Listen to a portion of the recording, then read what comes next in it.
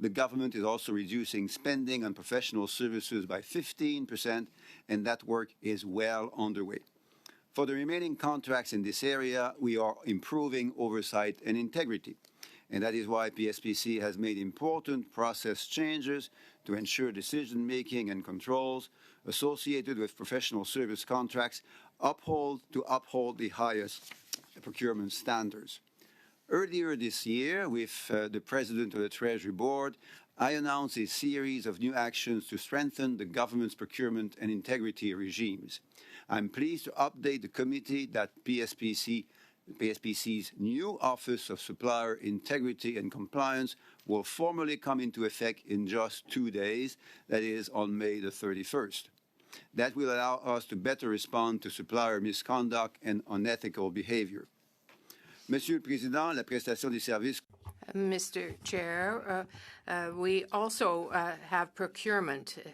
It is one of our priorities, particularly with respect to the pay challenges that are being faced by the public services, and we want to prepare a system for the next generation.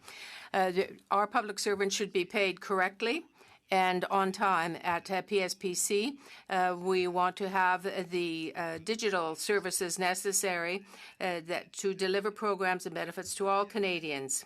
And we will continue with SSC to continue to provide technological services that are necessary. Priorities is to continue to support our government's response to the housing crisis. We've already taken action to accelerate the process of turning federal lands and buildings into housing. And with our new Public Lands for Homes plan announced in Budget 2024, we have the potential to unlock hundreds of thousands of new affordable homes. PSPC is leading on this plan, and work is already well underway.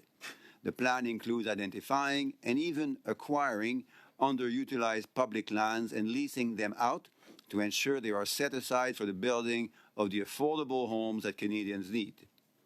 Mr. Chair, we also continue to work in close collaboration with key partners to implement the Canadian Dental Care Plan, which is already making oral health care more affordable and more accessible to middle-class and lower-income Canadians. Depuis le lancement du régime canadien de soins dentaires, not long ago, PSPC led a competitive process to select the third-party administrator for the Canadian Dental Care Plan. And beyond the figures, we now also have our senior citizens who will also be able to benefit from dental services that they have awaited for far too long. These are services that we offer all Canadians, and we are now happy to answer all your questions. Mrs. Block, for 6 minutes, please. Thank you, Chair. And through you, I will welcome the Minister and just ask the following question. Minister Duclos, under this Prime Minister and this Liberal government, and more specifically yourself as the former President of the Treasury Board and now the Minister for Public Services and Procurement, we have seen an increase in wasteful spending and corruption, in the number of billions of dollars and dozens of investigations, including the RCMP. In fact, your own departmental plan has noted fraud and other wrongdoing remains a key risk for your department. How much more contracting fraud has been discovered in your department? You are noting quite well that this department is key to making the lives of Canadians better and more affordable. That is a focus of this department, PSPC and Shared Services. As we do that, as you also note, we need to make sure that the process and the processes are rigorous. And if there were to be fraud and wrongdoing, that they would be first identified and then punished in the proper way. Thank you. Has the RCMP interviewed any government officials in your department? Well, you need to ask the RCMP for reliable information. Obviously, the RCMP doesn't respond to political interference and pressure, so the right the right people to ask the question would be to ask the RCMP. But you are aware of the investigations that have been undertaken by the RCMP, is that correct? We are all aware of such investigations, and we obviously fully support whatever RCMP efforts need to be supported, and we are there to help their difficult job. In your opening remarks, you mentioned the creation of a new office to address supplier misconduct. What about misconduct within your own department? Et c'est une excellente question, et si je peux résumer rapidement. That's an excellent question. This new office is going to extend the volume of offenses or issues that will be dealt with. For example, corruption, the funding of terrorism, human trafficking, electoral violations, and they will be dealt with even better than in the past. Specifically about issues within your own department. So it is indeed an office that will be able to look into the department's activities, but also beyond, and also in collaboration with other governments and other countries, which is something that is not possible at this time. Thank you. Are you aware that deputy ministers across different departments have suspended public servants who worked on ArriveCan that are not agreeing with their narrative? And that's an important question to ask to those departments, ministers, and deputy ministers, as we all follow the news. We are indeed aware of such events. Is there any responsibility on the part of your office to weigh in on these matters or to pay particular attention to what is happening across the public service? All departments, all ministers, all deputy ministers have the same obligation that if there is misconduct to be found within their public service, they are obligated, and we expect them to do that, obligated to look into the matters and to punish in whatever appropriate way that ill behavior. Thank you. We have seen Canada Post running higher deficits year after year as they struggle to make strategic changes to address the changes in the market. Yet Canada Post has not had its corporate plan approved since 2019, prior to the pandemic. What has kept your government from approving a new corporate plan for Canada Post? Canada Post has the responsibility, and it's a difficult one, to deliver services across our country. Its purpose is a service-first purpose.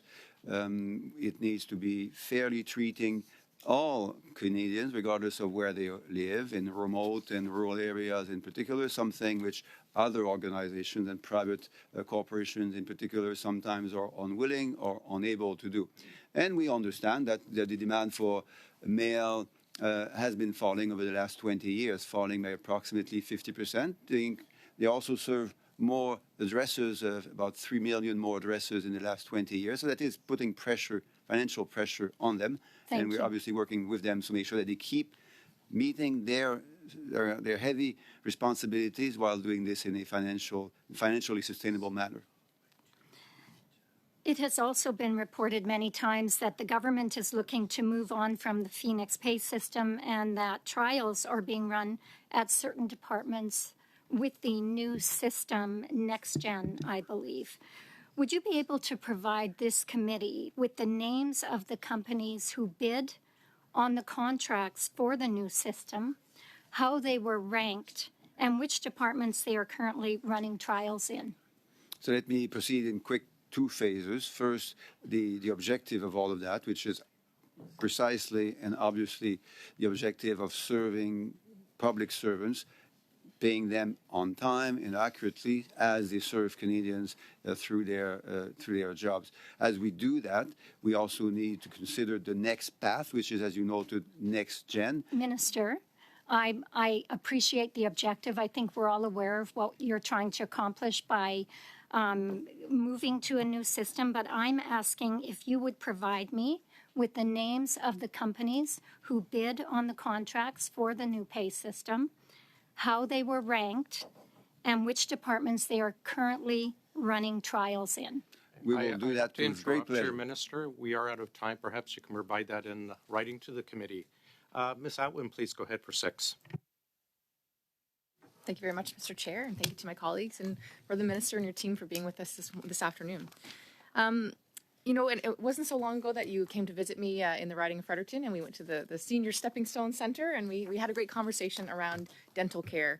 And of course, I know that according to the 2024-25 departmental plan, the Canadian Dental Care Plan will be a key area of focus for Public Services and Procurement Canada. So I'll take my time to kind of delve into this really important program for Canadians. And so specifically, we were speaking to seniors, and many of them had questions and concerns, and you were able to answer those questions for them and really bring assurances. Because in my home province of New Brunswick, 57% over the age of 65 do not have dental insurance. So could you explain how the Canadian Dental Care Plan will address the needs of vulnerable populations, such as low-income children, seniors, and people with disabilities? And that's a wonderful question and a wonderful visit which we were able to do together. And we heard directly from seniors something which other members of parliament may not have heard recently, and certainly not the leader of the opposition, Pierre Poilievre, who claimed at the local radio in my region just a few days ago that this dental care plan didn't exist. He repeated that several times. He was asked about whether he would scrap it, and he said, I can't talk about it because it doesn't exist. Well, there are 2 million people registered in the dental care plan across Canada, and many of them in your own riding. More than 100,000 vulnerable seniors have been able to get care since the 1st of May. That is remarkable. The reason we don't speak about this is that it's going really well. And obviously, there are some on the other side of the house who would prefer not to speak about it and not to see that it's working, and some pretending that it doesn't exist. But for seniors in your riding, Jenica, it makes a great deal of difference. Some of those seniors that we met told us that they hadn't been able to visit a dentist for years or a denturist because they didn't have the money to do that.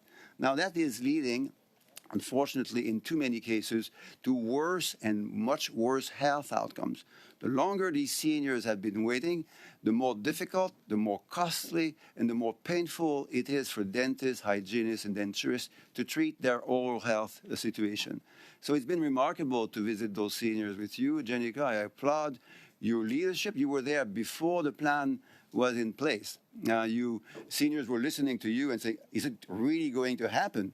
It is happening thanks to your leadership and that of many others. Having a challenge kind of getting our dentists to sign up. And so this is something we'd certainly like to address. We're hearing, we know that last month, Dr. Matthew Moore, former president of the New Brunswick Dental Association, he told CBC that he'd already taken on a lot of the work of answering patient questions. I think that there seems to be a lot of misinformation out there. We're seeing, many of our colleagues actually talking down the program, which isn't helping, spread the word of what this can actually offer to Canadians across the country. So if you could address, the Dental Association in New Brunswick, what would you tell them? What advice would you give them as far as, encouraging their membership to really get on board with this, I think, transformative program? Well, I'd love to be a New Brunswick MP. Unfortunately, I can only be a Quebec MP, so I can talk to you about what I hear in my riding. I've been visiting dentists for the last few weeks. They are surprised how well it goes. It's simple, it's fast, they get paid in less than 2 days, sometimes less than 24 hours. Now, their queries are quickly answered. They are seeing patients that they should have been seeing many months and many years ago. But fortunately, these patients now come to their offices. In Quebec, more than 60%, more than 60% of dental providers have now registered. We know it's more challenging in other parts of Canada, including in New Brunswick. So I would invite all New Brunswick dentists and hygienists and denturists. They're all good, well-intentioned, but unfortunately they've suffered from some of the disinformation that Conservative MPs in particular have been spreading over the last few weeks. I'm really glad you mentioned the dental hygienists as well, because they've really been champions for us in New Brunswick around this program. And so shout out to the incredible independent dental hygienists out there. And Minister, you also mentioned a bit about the health benefits of regular access to dental care, but I'm sure there's also economic benefits to this piece as well. Could you be more specific about how this can impact individual lives? Well, health is healthcare, and healthcare is health. And dental health, oral healthcare, is absolutely essential when it comes to looking after your global health. So experts, hygienists, dentists in particular, have pointed to the fact that good oral health reduces the risk of diabetes, for instance, reduces the risk of cardiovascular disease, reduces the risk of generalized infections, reduces the risk of people not being able, and increases the risk of cancer as well, and many other things that are connected to the mouth. Now, our mouth is obviously connected closely to the rest of our body. So investing in oral health care is a good way to improve overall health. And what we're also finding is that by providing better oral health to Canadians, we avoid having those Canadians having to go to the emergency department or having an emergency surgery, which would cost a fortune to the healthcare system and make the lives of everyone a lot worse off. So it's absolutely part of preventative health care, and it certainly could potentially reduce costs, I think, down the line as well for our government. I've got 15 seconds left, but I'll just thank you again, Minister, for being here with us today. Thank you. Point of order. I wonder if the minister can just clarify, did he just testify that the mouth is connected to the rest of the body? It's not a point of order. Thanks. We'll go to Mrs. Vignola for 6 minutes, please.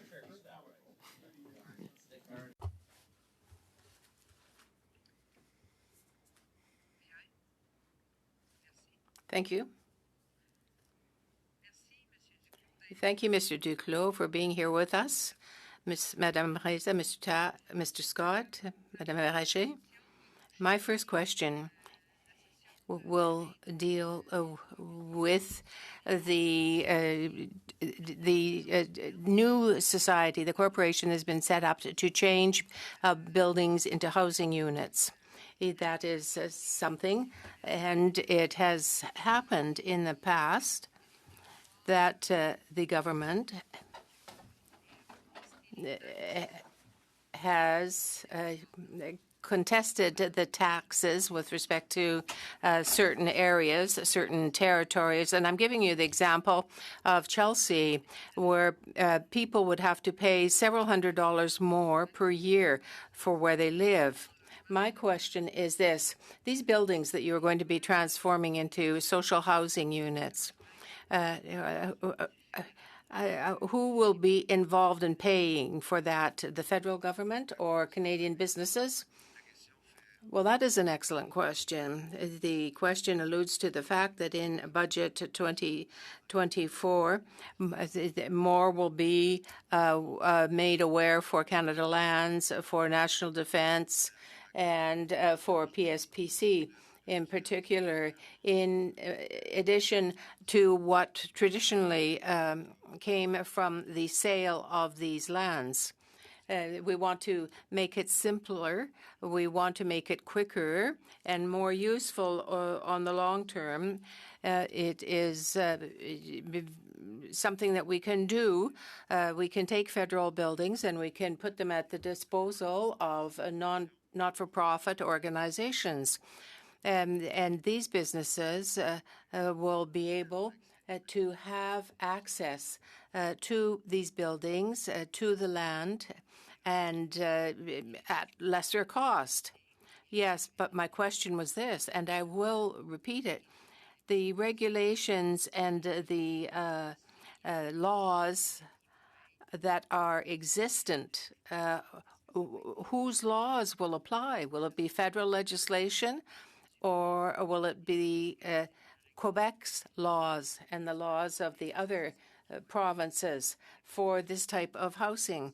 Are you going to apply that? And further, will municipal taxes be paid on these buildings that will be either built or converted? So who's going to pay the difference if the federal government decides again to contest legislation? So to which jurisdiction goes the priority? Well, we have provincial, we have municipal and federal legislation. There are also issues of urban modernization and adjustments, municipalities, and the residents may well have partnerships. So really, it's going to be a combination of things that will ensure that the legislation will be respected, as is the case in circumstances where there are buildings that are federally regulated, but there are other buildings where they are regulated otherwise. Well, then, can you tell me that there will be no disagreement about the goods and services that will be built on federal lands through this plan? Is this the case in Chelsea right now? Or can you guarantee that municipalities in Quebec and elsewhere in Canada will have the power over this type of building? Well, I think in Canada and in Quebec in particular, people are feeling the effects of the housing crisis, and they seek affordable housing for families that need it. What we have to count on is good partnerships, goodwill, and the partnership of all Canadians and Quebecers. We want to see a cooperation, and everybody will work collaboratively. Well, in Chelsea, collaboration has led to the courts and the court system. But that's all I have to say about that. Let's hope for cooperation and collaboration in the near future. There are funds that have been sought in the main estimates to improve the Translation Bureau, the capacity for translation. We have new tools, GC Lingua, which has been acquired, and that is certainly good news because we are short of interpreters. But at the same time, I wonder, will there be interpreters who will be losing their jobs because of GC Lingua? Madame Vignola. Thank you, Julie, Madame Vignola, for your question. We know the issues and we know the needs in terms of translation and simultaneous interpretation. Interpreters know what is at stake, and we are very sensitive to that. This exercise of translation and interpretation is certainly essential. But the $35 million is necessary. There will be bursaries that will be given out to train new people in translation and interpretation. And we want to make our interpreters' lives more safer certainly. And we want them to be able to serve as long as possible at no risk, given the nature of their work. Correct, please. Go ahead, sir. Thank you, Mr. Chair, and thank you, Minister, for being with us today. I appreciated your enthusiasm for dental care, and in your response to Ms. Atwin, you very correctly stated that the mouth is part of the body, and I would add more importantly, I know Mr. Genuis took great umbrage to that statement, but I think what you were trying to get at is that oral health is integral to people's overall health, and that when people's teeth are in bad shape, eventually they can end up in our hospitals, in our emergency health system, and they can see a whole suite of really challenging situations. So I want to thank you for your support, but I have to say a little bit confused because in 2021, Jack Harris, my former colleague, a wonderful MP from St. John's East, brought forward a motion that in the opinion of the House, the government should establish a federal dental care plan as soon as possible for Canadian families earning less than $90,000 per year who are not covered by a dental care plan. And I'm looking here at the voting record, and there's a Mr. Duclos who voted nay to that motion. And like, I'm all for people having a change of heart and seeing the light and, enjoying the road to Damascus. I'm just wondering what changed your mind? Well, let me start with the partial joke of MP Genuis, and that's fine. No, we can have fun, but it's a serious matter for many seniors when it comes to feeling the pain that comes with not having good oral health. Absolutely. So yes, we can make jokes about that, but at the end, it's something that is very important to millions of Canadians, 9 million in total by the time this is fully implemented in 2025. So we'll see whether we keep joking or smiling about this particular matter. Now, the second thing is that, yes, there were priorities that have been adjusted over time. And one of them is investing in dental care. And your partnership at the NDP was crucial. Without you, we couldn't do that because we are in a minority government and the Conservatives are against and the Bloc too.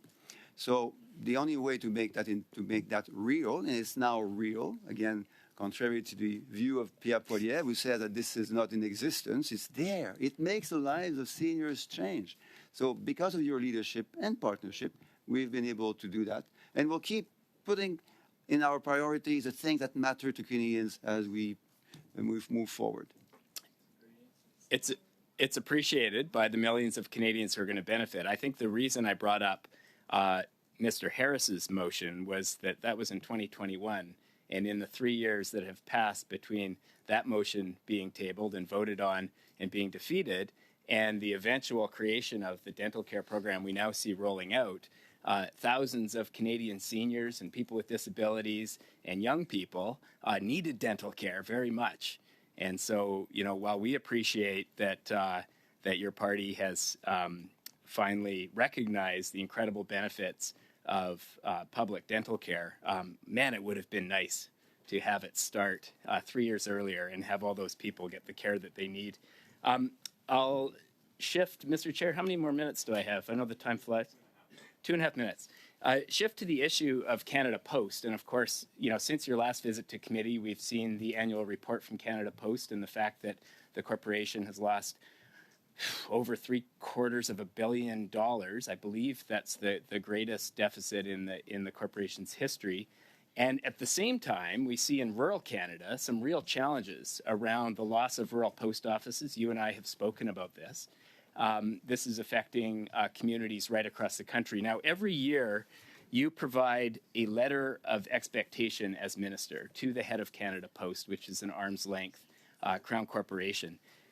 In those letters of expectation, has the minister responsible ever expressed specific concern about the closure of rural post offices in this country? So since you spoke about the things we are doing for Canadians, since 2021, we've put into place universal daycare in Canada. No, but Minister, it's a serious question. It's a very specific question about the letter of expectation. I don't want to hear an answer about that. And I know you, Taylor. I know you good and focused serious I am and about engaged this. Yes. you are. So it is not as if we haven't done anything since 2021. No, I didn't say that in my question. Cases, you were supporting or even leading on some of these files. So I want to acknowledge that, Taylor, because I appreciate it. You're a progressive, you're an engaged and credible person. Now, on post offices and the rural moratorium in particular. It's the letter of expectation specifically. And the letter of expectations. Yes, every year there is a letter of expectations that states not only the expectations, but the objectives which we believe Canada Post should be striving for. Now, we understand that Canada Post is independent and sometimes need to, as we discussed last time, to adjust to situations that either were not predictable or that just were not controllable, such as retirement and deaths and fires and all of these things that sometimes occur and make it difficult for Canada Post to maintain rural post offices in particular. But that's not only the expectation that we are setting for them, but also the Mr. Chair, can I? I know my time is running out. It's probably Your time run is out. out. Can I just finish with a couple of words, which is that since your government put a moratorium in place in 1994, we've lost over 500 rural post offices. And my question was a very specific one, and I'm disappointed that you did not provide a clear answer. Thank you, Mr. Chair. Thank you, Mr. Bachrach. Mr. Brock, for 5 minutes, please. Thank you, Chair. Minister, over 2 months ago, March the 20th, you appeared at committee, and you and Minister Anand announced to Canadians that collectively you discovered, through a mix of tips and advanced data analytics, 3 subcontractors who were engaged in fraudulent billing over 36 separate government departments, totaling close to $5 million. All 3 had been referred to the RCMP. Miss Reza, during one of her last appearances, actually gave us the names of those 3 subcontractors. They weren't companies per se, but rather individuals. So my question to you is, I know there's been an ongoing dialogue between yourself, sir, your department, and the RCMP. Have the RCMP confirmed that those 3 individuals have been criminally charged? Yes or no? Well, we need to distinguish 2 things. First, the work of my department, and second, the work of the RCMP. As you noted and summarized quite well, on March the 20th, it was made public that there were investigations. That's fine. Has the RCMP confirmed with you or a member of your department that the 3 referrals have resulted in criminal charges? Yes or no? So as I was going to say, as for what pertains to the RCMP, it's for the RCMP to answer. But you don't know the answer. So I wouldn't be able to speak credibly on behalf of the RCMP. You indicated back then this was only the first wave of what you expected to be a series of discoveries. You indicated at that time there were 5 to 10 further cases being examined. Of those 5 to 10, have there been referrals made to the RCMP? And that is because, as you noted, on March the 20th, there was also another piece of good news, which is the creation I don't care about the good news, sir. Of the 5 to 10 that you identified over 2 months ago, have any of those companies been referred to the RCMP? Yes or no, sir? As I've said, RCMP matters are RCMP matters. This is a decision you or your ministry would make to the RCMP. The RCMP on their own don't initiate the investigation based on your internal review. They rely upon your referral. Again, for the 3rd time, sir, of the 5 to 10 cases, have any of those been referred to the RCMP? So, again, the March 20th announcement was important. You listened to it carefully, obviously, and you understood it well. As you also noted, there are investigations on a number of others, the estimate being between 5 and 10. I am not privy to those conversations. My job cannot make me politically involved in that type of work because that would be political interference. Sir, you indicated that your department had identified 5 to 10 other cases of suspected fraudulent criminal activity. This is not a hard question to answer, sir. Surely the investigation that was started over 2 months ago must be finished by now. So the question is very simple, sir. I'll ask it for the 4th time. Of those 5 to 10 investigations that your department started, has any of those been referred to the RCMP? When that information is known, it will be made public by the RCMP, presumably, or by the integrity. Can you tell us, sir, with respect, please? No, This is not question period, sir. This is committee. This is where we actually get to get answers from government officials. The answer, sir, is yes or no. Did you refer, or a member of your department refer any of those 5 to 10 cases to the RCMP? And the answer, when it comes, and if it comes, why will come can't you from answer independent the question? officers and not political representatives. Minister, why can't you answer the question? No. MP Brock, you wouldn't want a politician, including yourself, mingle Sir, you had no problem matters identifying of integrity 3. and investigation. Sir, that with wouldn't be respect. appropriate to know this really please. well. Both of you have a point of order. I'll stop the clock. I would appreciate if my colleague, MP Brock, allow the minister to finish. Thank you. Minister, Okay, sorry, let me, please. We've brought this up many times. It's not a point of order. We do allow members to have the time. Mr. Brock's been very clear with his questions. I think he and members of the committee deserve a very clear answer. Minister, go ahead. I've restarted. Sorry, Mr. Brock. I'm going to ask the question, Chair. Restarting the clock. Go ahead. Minister, you had no difficulty, you and Minister Anand had no difficulty identifying 3 subcontractors that you referred to the RCMP.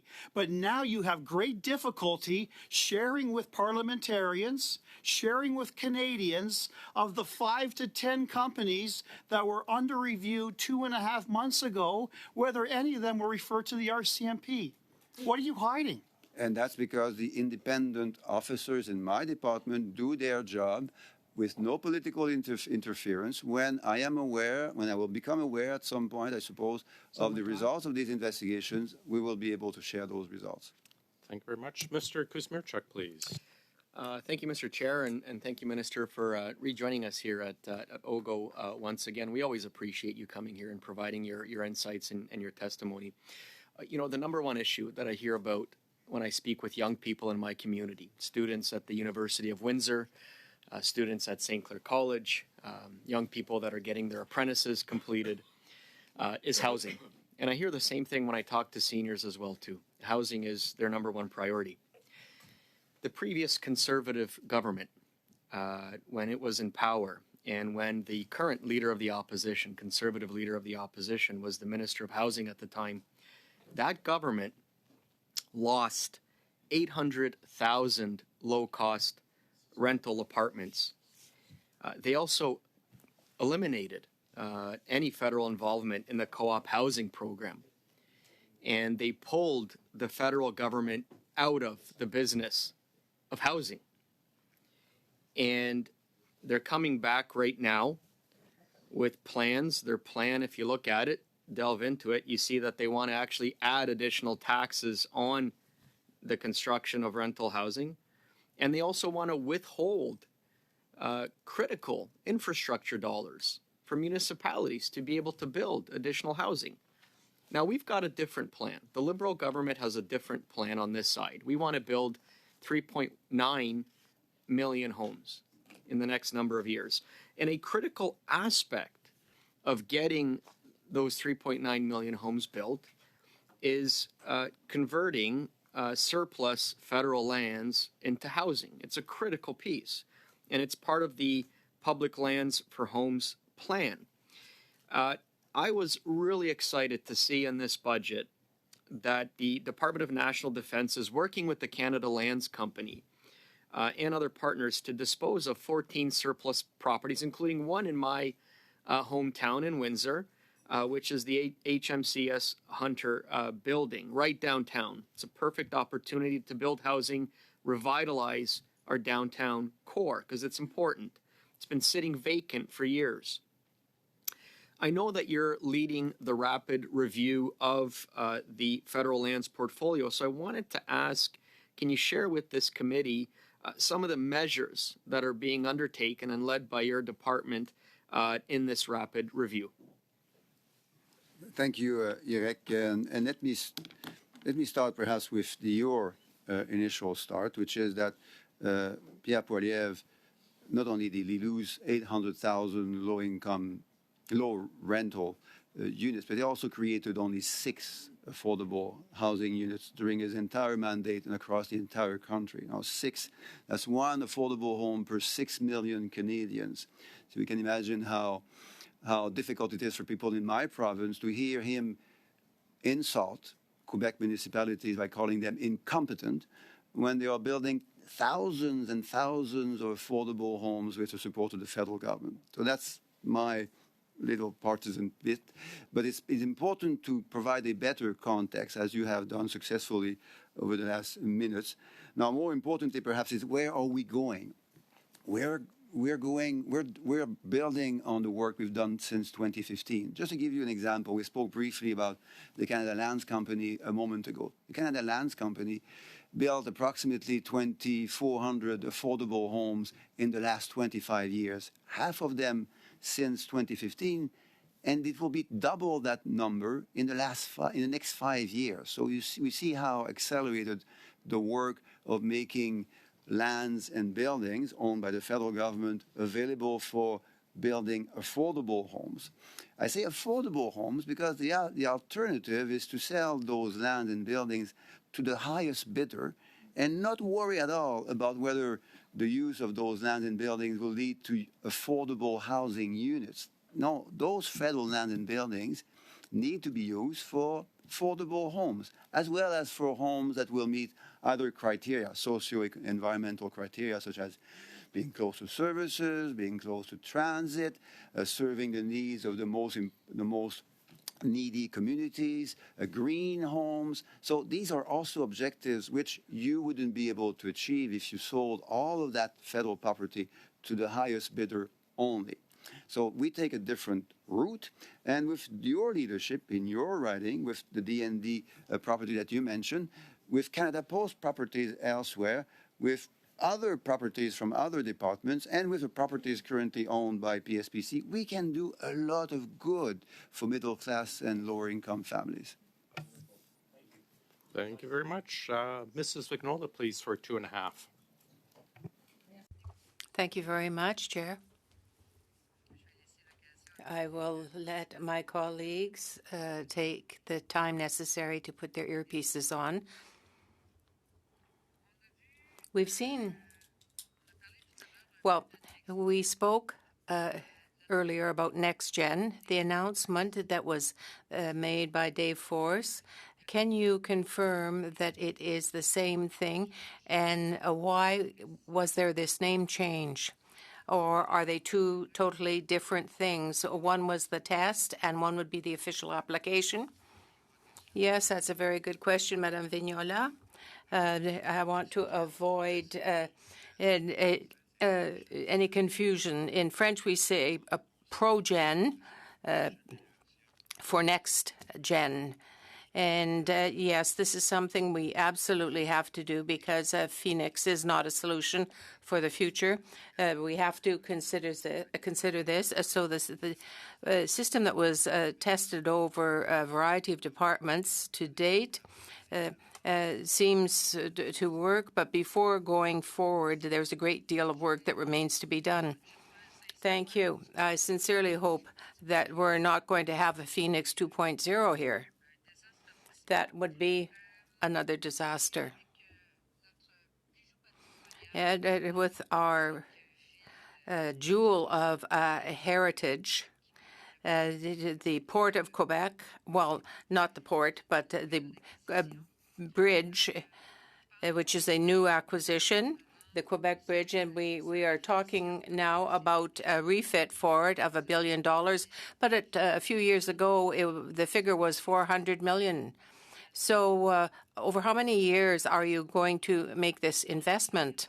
And also, are we going to see this refit affected for the Quebec Bridge to bring it back to its former splendor? When you think back to the Jacques Cartier Bridge, you remember the enormous difference between the two because the Pont du Québec is a UNESCO gem. Respond in writing to the committee to the question? Oui, mais malheureusement, s'il n'y a pas de temps, là, on va... Yes, if we don't have enough time, I'll do that. Mrs. Vignola brought up, you commented about testing the next gen. Would you be able to provide to the committee what departments you're testing on, what the error rate is, and how many employees per department are part of the test, if you could? Yes, and that's aligned with what MP Block asked earlier. We'll go to Mr. Bachrach, please, for 2.5. Thank you, Mr. Chair.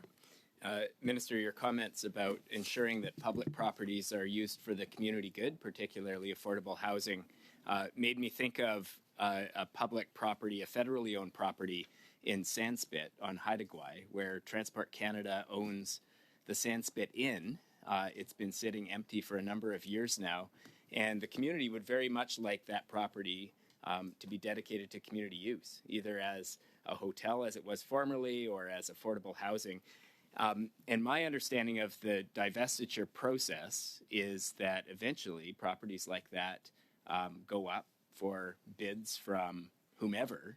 And I'm wondering if you could lay out how the process for divesting of public properties is going to prioritize community uses, especially housing. How has since your government has brought forward this strategy for creating affordable housing, how have you changed the processes for divestment and development of public lands and properties in order to ensure that it doesn't get sold to simply the highest bidder? I think that's probably clearly articulated enough for you to provide some kind of answer. Yeah, it's very well articulated. And we call that the triple P. So it's the places, the partners, and the purpose. So the places, we first need to have an inventory of them. Fortunately, there is already a partial inventory ready and available. But in the next few months, there will be a lot more available not only on existing surplus properties, but on properties that could be surplus if we were able to, use office space differently, for instance, or recognize that there are properties that are not used to their full potential. The partners, very important. Now, we need to work with community partners, not-for-profit housing partners, private developers, if they can be, can help speed up, obviously, the construction and perhaps the use of those properties, and most importantly, the purposes for which those properties would be used. So yes, the key purpose is to build affordable homes. These homes have to be affordable for middle class and lower income Canadians. Other purposes, including socio-environmental purposes, as we need to protect the environment. So I'm afraid I have to cut you off there. Oh, We're sorry. out of time. We'll have Mr. Dennis, then Mr. Sousa to finish us off. Thank you, Chair. This committee is reviewing a list of contracts given as part of the Indigenous Procurement Program. Some of these companies do seem to follow the GC Strategies model. That is, they are very small firms based in private homes in Ottawa, not on reserves, but in Ottawa, who advertise a specialty in government contracts management. In other words, they're in the business of simply getting contracts and subcontracting. Do you think that the government should be contracting out to firms who use the GC Strategies model? Et ça nous ramène aux discussions. That brings us back to the discussion that we had some months ago. And as you know, very important measures have been put in place since that time, including... I've got 5 minutes, and you're not answering the question. Do you think that government should be contracting out to firms who use who use the GC Strategies model? I'm not talking about ArriveCan, I'm talking about the model, where a company just receives contracts and subcontracts without actually working on the project. Do you think that the government should contract to companies who use this model? Well, I think the ArriveCan model and the GC Strategies model has been well discussed and much investigated by all sorts of groups and committees and organizations, and we have learned important lessons. Those lessons have been shared. I'll just give you one more chance to answer the question. It's a yes or no question. The record will show whether you answered it or not. Do you think that the Government of Canada should contract to companies who simply receive contracts and subcontract? Should the government contract to companies who use this model? Well, I've just answered the important fact, as you point out, that so-called model, which you just described, is a model that has been heavily criticized by the Auditor General and other groups, including this particular committee. And obviously, those lessons have been well understood, and many of those recommendations have already been implemented over the last Okay, but the question still hasn't been answered, but I have to move on. There's a particular problem here if the recipients of all or most of those subcontracts are non-Indigenous. If you have a small, officially Indigenous firm that is simply acting as a broker between the federal government and non-Indigenous business, then they're masking the fact that actually Indigenous peoples, Indigenous businesses are not getting the final business at the end of the day. Is there an expectation or a requirement that some percentage of subcontracts also go to Indigenous firms?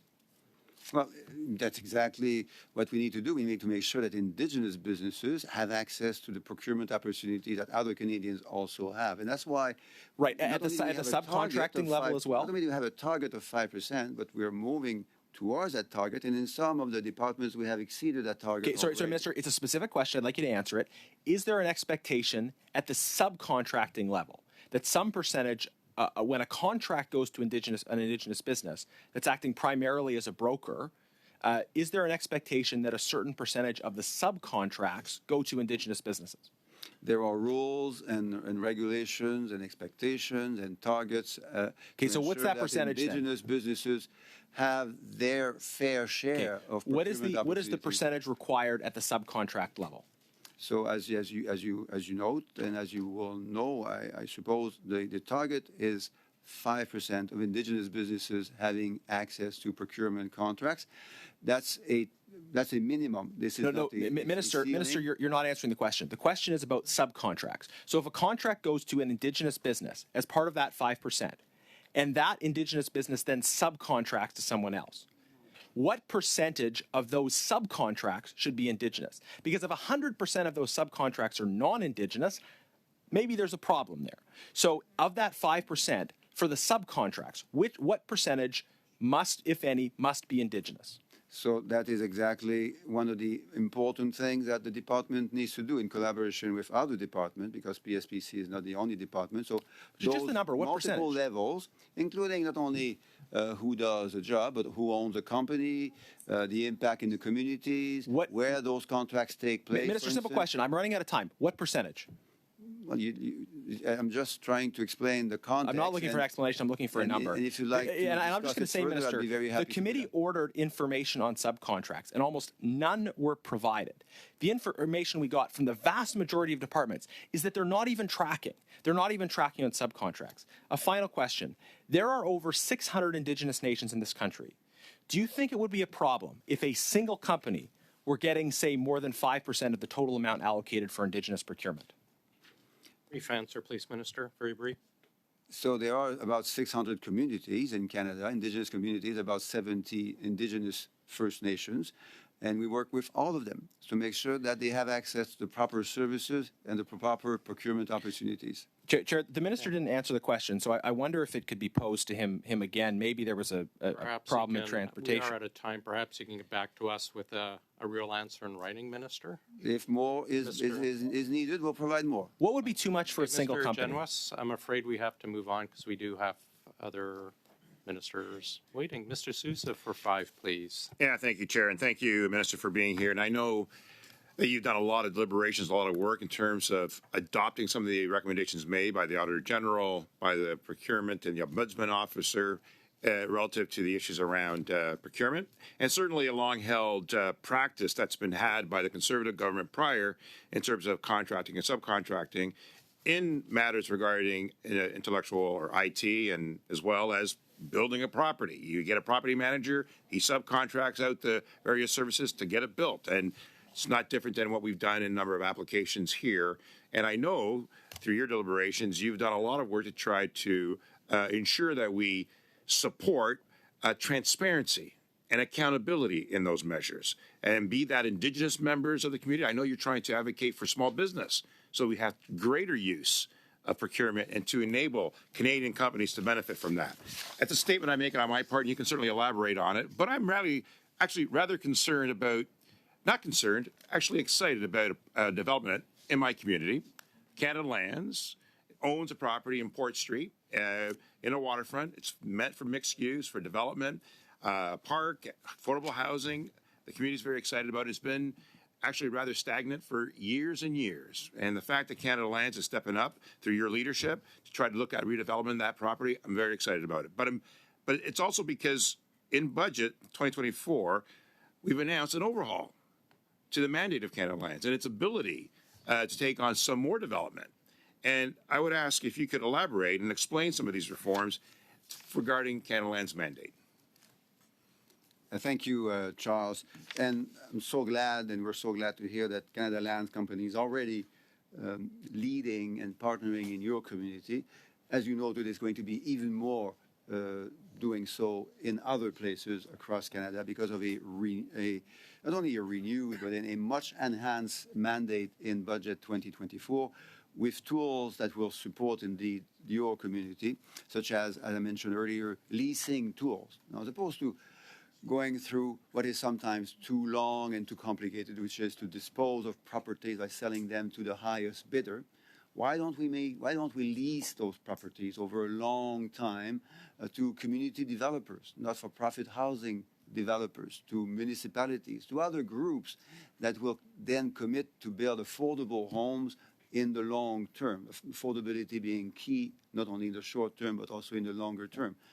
Using that to support the efforts of cooperatives, public housing. So it's in addition to leasing, Canada Lands Company would also have the ability to develop the projects themselves, and to I should also add, I was going to forget that in budget 2024 there is a $500 million fund so that the federal government can acquire public lands which are not currently owned by the federal government, could be owned by municipal or provincial governments. We buy those pieces of land and we make them, or buildings, and we make them available to the community through, again, possibly lease agreements with lots of economic and socio-environmental positive outcomes. And the reforms that are now being made to enhance Canada Lands, can you elaborate a little bit more on how that then extends or promotes affordable housing and promotion of housing throughout the country? So the key word here is it's accelerating. Over the last 25 years, Canada Lands has built about 2,400 affordable homes. In the last 8 years, 1,200, so a lot more than in the previous 16 years. And in the next 5 years, it will be more than 5,000 affordable homes that Canada Lands Company will be able to build in partnership with other partners. So it's a lot of ambition, but the good news is that there are means to do that through your leadership and the leadership of other MPs of all political parties in this room and elsewhere. Now we have, as the Prime Minister said today at question period, we have a housing crisis like we had at post-Second World War. We had one when we had the boomers population trying to find homes in the 1960s. We have a crisis that we can solve, and we will be solving it with the partnership of many and the support of the Canada Lands Company. Looks like I have a bit more time. Do you want to respond to the recommendation that you've promoted regarding contracting and the procurement process of recently? Some of the recommendations that you've applied. It's for the benefit of this committee. I need a lot more time because I have about. Time for that, I know you Minister. have. I have about. We do need to turn over to the next meeting. They don't want to hear the results. There you go. You're welcome to provide them in writing if you're able to, Minister. We do have a motion has passed in this committee that we request any questions asked are going to provide back to us to do so within a 3-week period. Minister, thank you very much for joining us. We're going to suspend for a few minutes as we switch over our witnesses.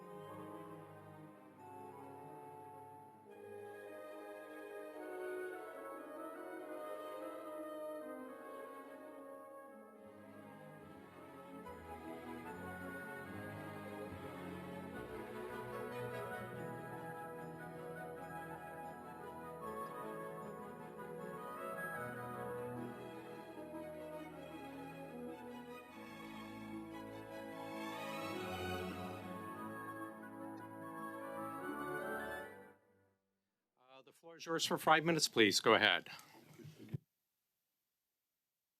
Merci beaucoup, Monsieur. Thank you very much, Chair. I'd like to acknowledge that the lands on which we are gathered are part of the traditional unceded territory of the Algonquin and Anishinaabe peoples. Et je suis accompagnée aujourd'hui. And I'm accompanied today by officials from my department to give you an overview of the main estimates 2024-2025. Canadians expect of their government that it is transparent, and Canadians do have the right to know how their money is being spent. Through our financial reports, our government has committed to spending the taxpayers' money transparently, effectively, and prudently.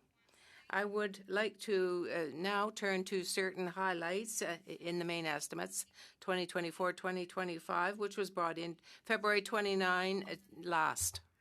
$9 billion in budgetary spending, with $191.6 billion to be voted on.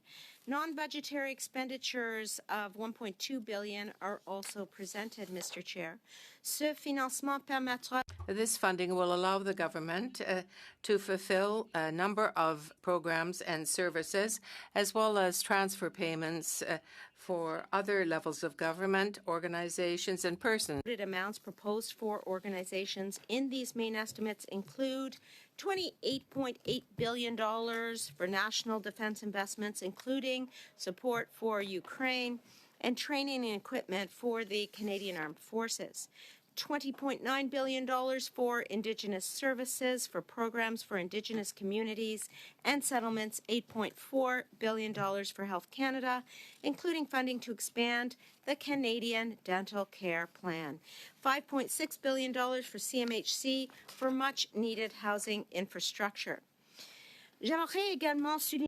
I would also like to point out that these main estimates represent further information about our initiative to refocus government spending, which was first announced in the 2023 budget. I'm very happy to be able to say that the main estimates represent $10.5 billion over the next 3 years, which will be redirected to departmental budgets.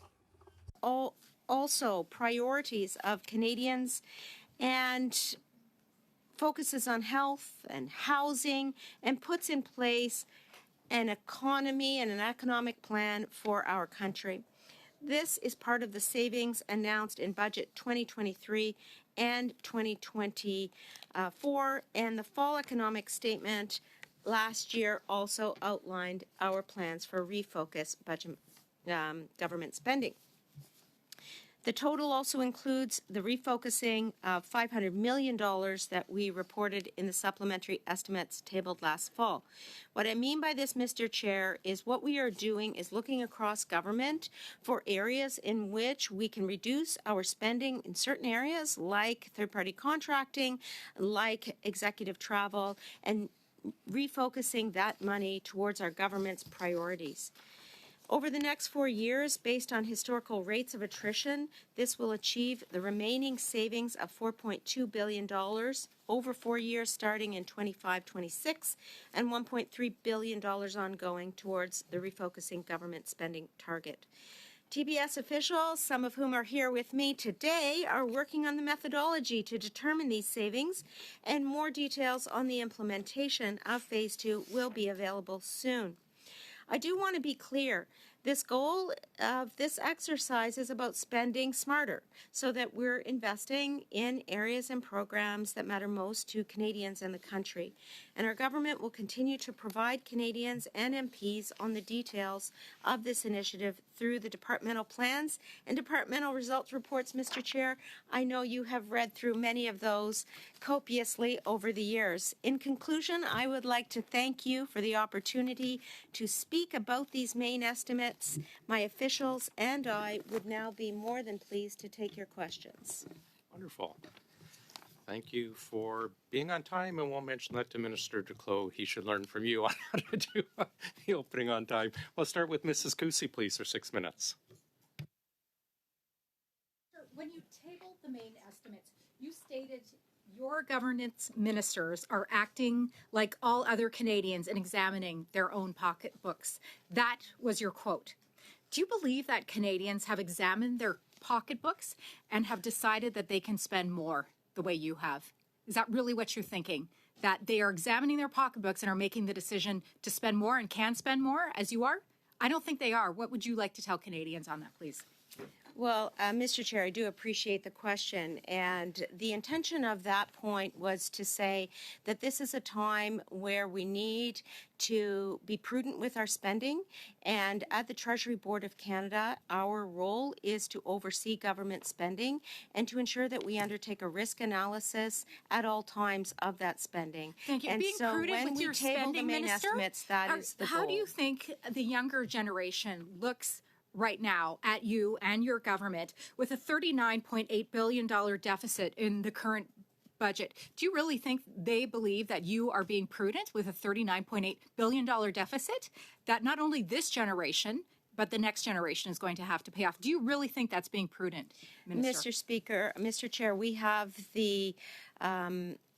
the lowest debt to GDP ratio in the G7 and a AAA credit rating. And at the same time, we are maintaining that fiscal prudent track, and we are also providing supports to Canadians through dental care, through pharmacare, contraception for women so that they can make their own choices about their Canadians, bodies. when they're Mr. standing Chair. in line at the food bank, don't care about the debt to GDP ratio. They don't care about that. They just care that their tummies are empty and that they want food on the table to feed their families. Unlike the Conservative government Minister, before the us. government is currently Mr. spending Chair, more point on debt of order. servicing costs than they Sorry, are in health point of transfer order. payments. Sorry, I'm Mr. just trying to- Minister, sorry, there's a point of order. I'll stop the Sorry. clock. Mr. Trying to Kuzmirchuk? respond to the question. Mr. Chair, I just want us to take into consideration our translators and the I fact will, that that's not a point of order, but I will point let of you order. know. It is a point of order. Sorry, Mr. because, Kuzmirchuk, when Mr. Chair, the translators have an issue, they'll advise the clerk, and the clerk will advise me, and we will interrupt. I appreciate your point. I'm just worried about their health and you. well-being, and I have see ruled, Mr. and I see the Kuzmirchuk, we're MP gonna go back raising. to- I see my MP colleague raising her voice, Okay. and I'm just simply asking Okay, that we I've respect ruled, the Mr. translators. Kuzmirchuk. I appreciate what we're trying to Okay. do. I've made it very clear. I made it clear to one of your colleagues earlier. I appreciate we don't continue in interruptions. I appreciate you Mrs. taking that into Kusi will consideration. continue. Thank you, Mr. Chair. Minister, in the main estimates, it stated $46.5 billion was required simply to service our debt. This is in addition to this year's $39.8 billion deficit. Now, in the supplementary estimates, you have come back and asked for another $1.9 billion, as though this $1.9 billion was an oversight to service the national debt. Why were these numbers not properly accounted for in your main estimates just a few months ago? And what can we as Canadians expect in the future in terms of further amounts that have not been accounted for as a result of your bad accounting?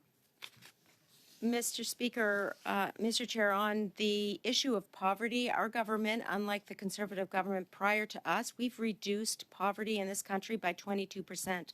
On the issue of the debt, I will say that our government has made a decision to ensure that we have strong fiscal markers like a AAA credit rating, like the lowest debt to GDP ratio in the G7, while supporting Canadians, while ensuring that we have affordable housing supports in place, while ensuring that we have dental care available for our population. Then, Minister, and why pharmacare as are well, 1 in Mr. 4 Chair. Canadians skipping meals? Again, the 1 in 4 Canadians that are skipping meals really don't take comfort in these statistics that you are saying here today or in the House of Commons when you are responding in question period.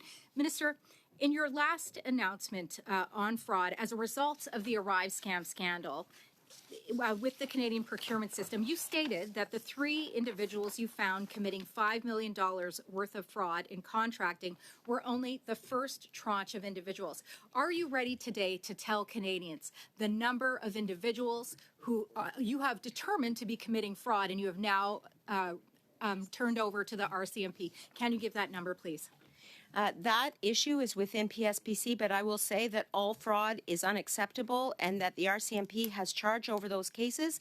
And if it determines to lay charges, we will be supporting the RCMP in every investigation it undertakes, just as we have done in the past. So you don't have a number for us today. It is not within my purview. Can you tell us the total? It is within your purview, and especially given that you were previously the Minister of Procurement, you should have an idea as to these numbers.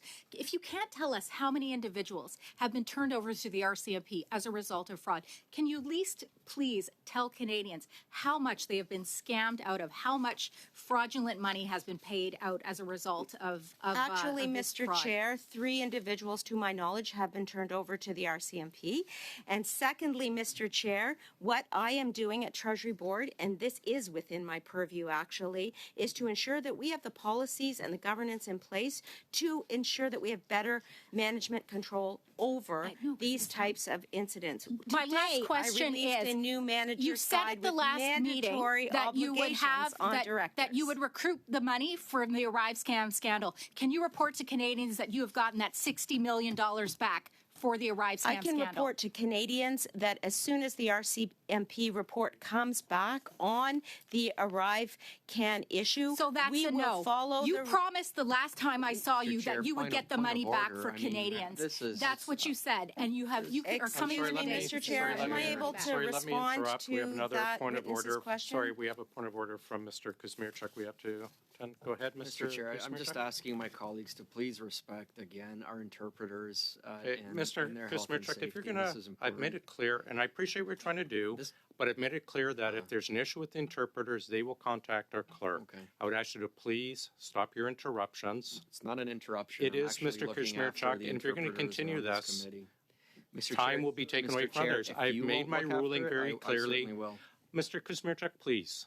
I've stated before, and I've told one of your colleagues before this, Okay. if there's an issue, they will advise the clerk the proper way. They will not advise you. They will not advise your other members. They'll advise the clerk. So I ask you, please stop with such interruptions. Mrs. Kusi, Minister, I respond? understand. Miss